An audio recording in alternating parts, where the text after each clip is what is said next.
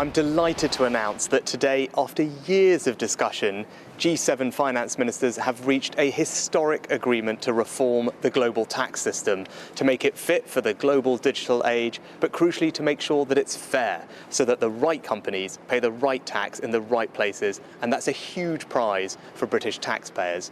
It's a very proud moment, and I want to say thank you to my G7 colleagues for their collective leadership and for their willingness to work together to seize this moment to reach a historic agreement that finally brings our global tax system into the 21st century. Can you give people a sense of what this actually means? You know, the rates we're talking about, the mechanisms we're talking about. It's complicated, but this is important stuff. Yeah, it's complicated, and this is the first step. This is agreement amongst G7 finance ministers, and next month we'll have a G20 finance ministers summit to make further progress. But I think the crucial thing for people to take away is the principle of fairness. That's what we've achieved today, to ensure that there's a level playing field for all types of companies, and whether it's people operating in tax havens or it's digital companies, we're going to level the playing field and inject that principle of fairness into our global tax system. That's the prize. At the moment, the UK has a digital services tax already.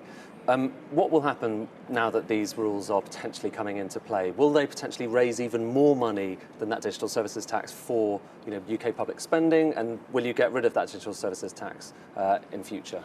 Well, we've always said that the digital services tax that we've implemented, as have many others, whether that's France, Italy, Spain, Canada soon, all of those are meant to be temporary solutions until we found a multilateral agreement on this issue that could be implemented consistently across the world. Now, so this is the first step, G7 agreement. We've got to move to the G20 and then beyond. But obviously the intention would be, once there is a global multilateral solution in place, then the need for those DSTs falls away.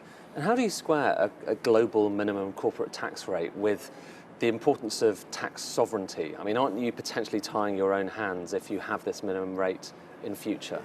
Well, I think what the British public want to know is that the tax system is fair. They want to know that there is a level playing field, so whether people are operating in tax havens or whether large, particularly online businesses, are able to not pay tax in the right places, they want that tackled. And that's what this agreement gives us the ability to do. And it's been agreed amongst G7 colleagues. And once we broaden it out and implement it globally, it's a huge prize for British taxpayers. It's slightly less ambitious than the original proposal, that global minimum, not 21%, but 15%. Does that undermine, the strength of this agreement? Some people suggest it does.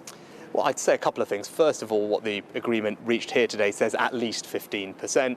And secondly, it's worth taking a step back. This is something that's been talked about for almost a decade. And here, for the first time today, we actually have agreement on the tangible principles of what these reforms should look like, and that's huge, huge progress. Final question, if I may. The Prime Minister said just recently that he'd been looking at the data and he saw no reason why there shouldn't be a change to that plan, June the 21st, for ending lockdown. You obviously look at the data an awful lot as well. I just wonder what your sense is of what that data is saying at the moment with regard to lockdown.